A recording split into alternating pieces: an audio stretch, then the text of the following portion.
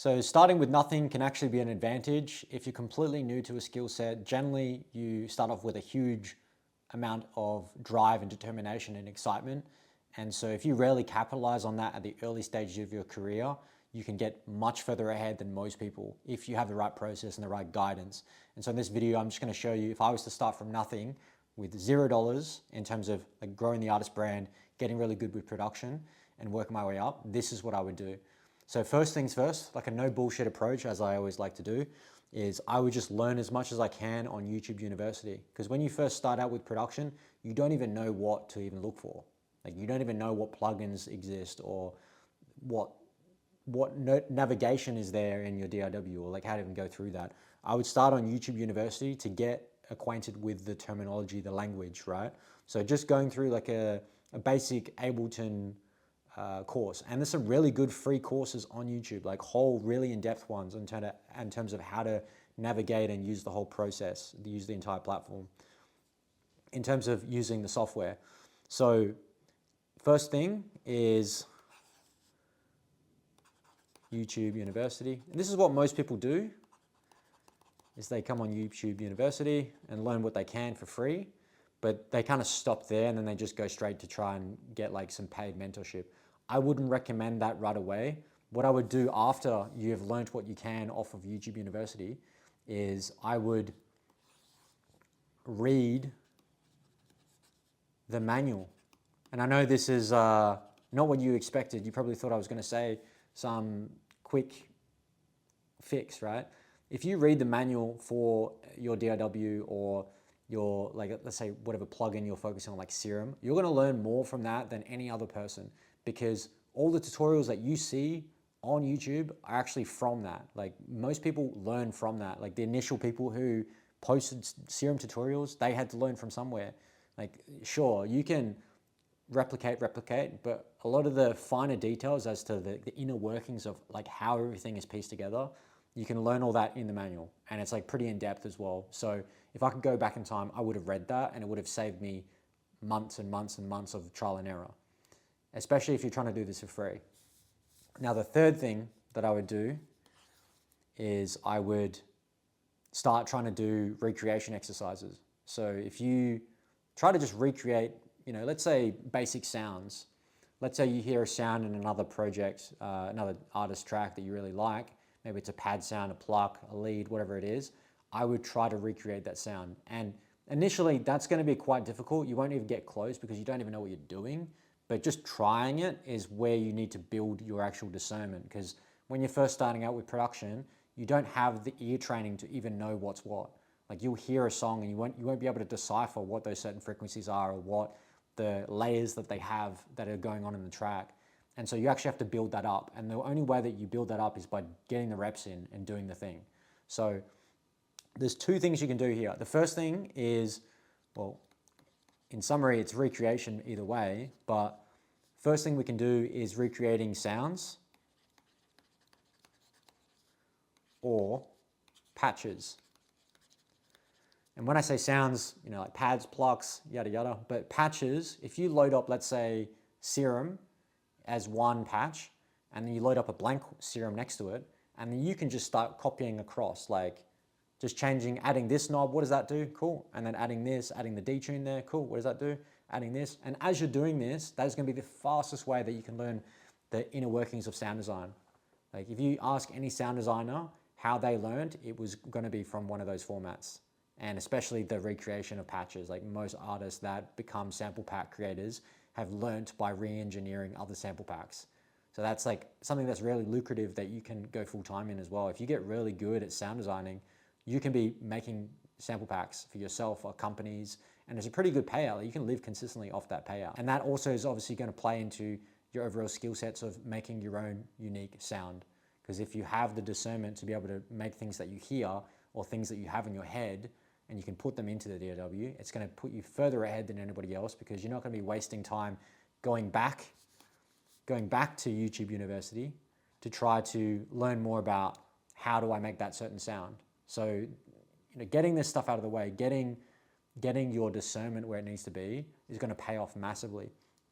Now, I haven't actually mentioned much about notation and melodies and, just writing stuff in general. Reason being is that it's not really necessary. There are plenty of ways of actually getting good at writing progressions without actually even learning piano. Like I don't even know piano.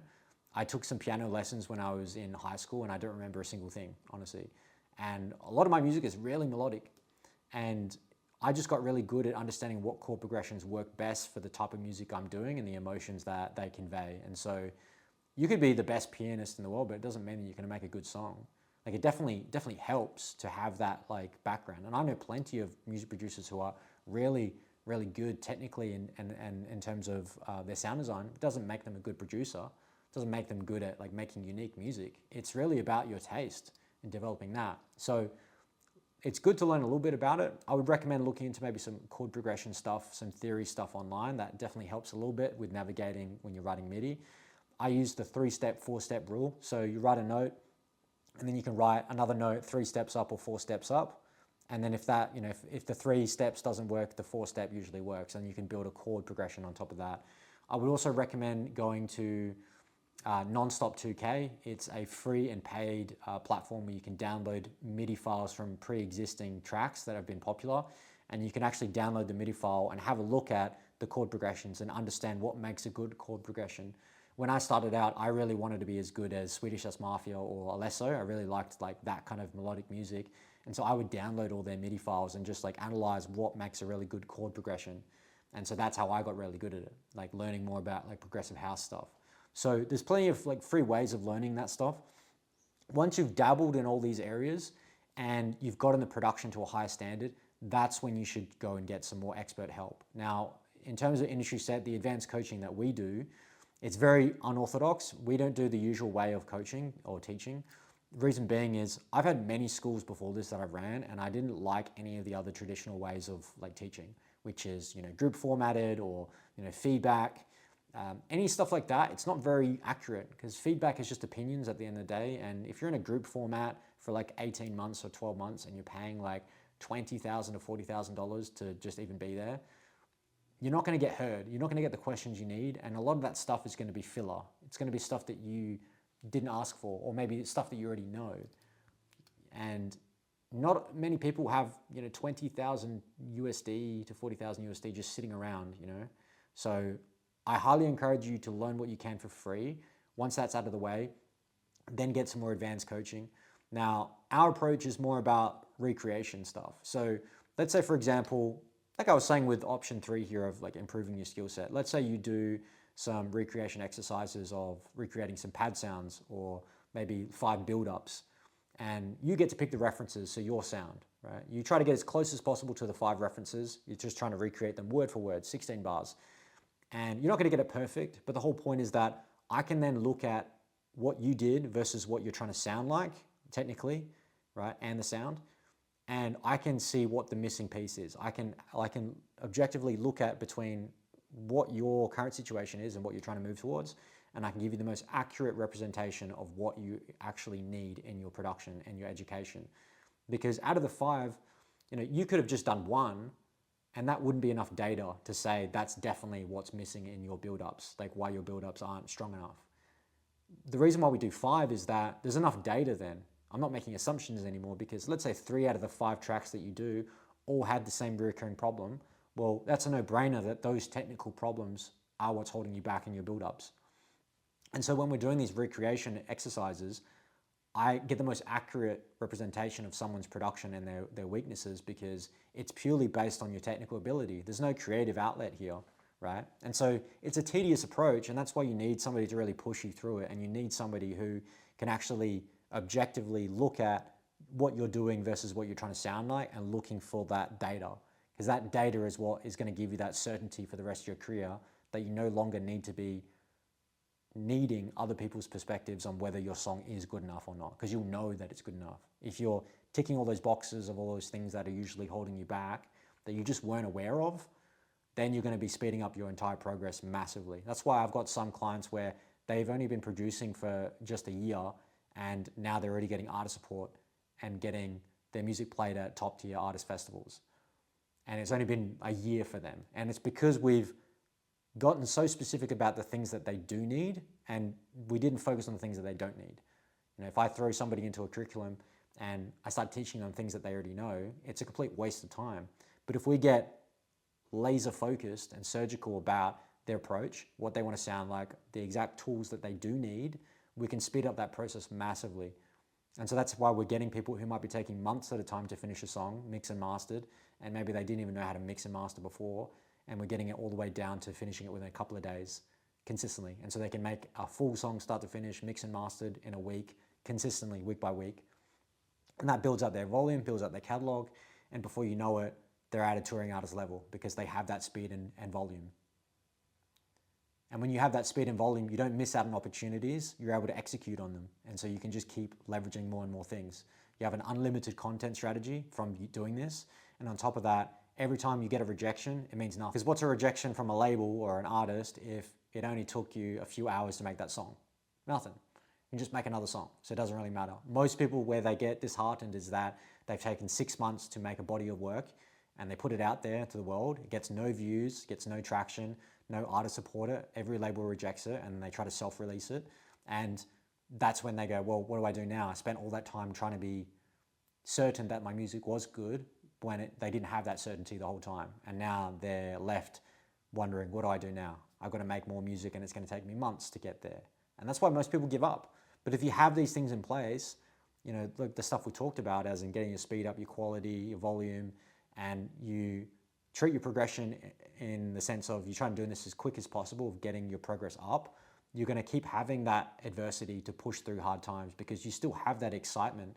Often when we've been dealing with a challenge for too long and we haven't been seeing the results that we thought we would have by that point, we start to lose that momentum and we lose that focus, we lose that reward system. And so that's why it's so important to strike while the iron's hot. So if you're in that position right now where you're trying to strike while the iron's hot, it's a do or die kind of scenario where you got to really take advantage while you have that momentum, because it's not just about your actual situation of your brand, but it's also about you as a person, like how you're feeling in the moment. Because that energy you're using to actually grow the brand, it doesn't last. It goes in waves up and down. And so when you have that in that moment, you have to seize the day. Once we've figured out what the technical problem somebody has, we can then pivot onto, let's say, fleshing out lots of music. We can use that as leverage to build the brand, the content strategy, and so on. And before you know it, we can take somebody to a touring artist level. So the main thing I want you guys to walk away from in this video is, if you're starting from scratch, you can take this approach of going to YouTube University, read the manual of Serum, Ableton, whatever DAW you're using, and the software plugins you're using, get to know them, understand how they work. You'll learn more from that for free than you will from anything else. And then once you're ready, you can start doing some more recreation exercises. Once you've done all those things and you've actually tried it on your own and you've done what you can, you then know that you're gonna have some weaknesses. And once you have those weaknesses, then you can bring it to a platform to get advanced coaching. I'm not saying that Industry Set is that platform that you need to go to. I'm just saying that don't go to any platform until you've at least tried it on your own and you've done these things to a certain extent. Only then, once you hit a plateau and you feel like you've exhausted your options in terms of moving forward and leveling up, only then should you get some more advanced coaching. Now, everything we do is personalized, is custom built. My recommendations, if you are looking at platform, make sure it is personalized, it's one-on-one, and it's built around your needs and bottlenecks. Because otherwise you'll get thrown to a curriculum where you get taught the same thing as everybody else. And that just doesn't, it's just not efficient, because you're making a specific sound with specific bottlenecks and specific goals, and you're in a specific location. So that's all going to be personalized and taken into consideration here. So if they don't have those things, then just keep looking, because like the best way to learn is have like an open conversation, a dialogue with your mentor, and making sure that they're focusing on the areas that you need the most help with.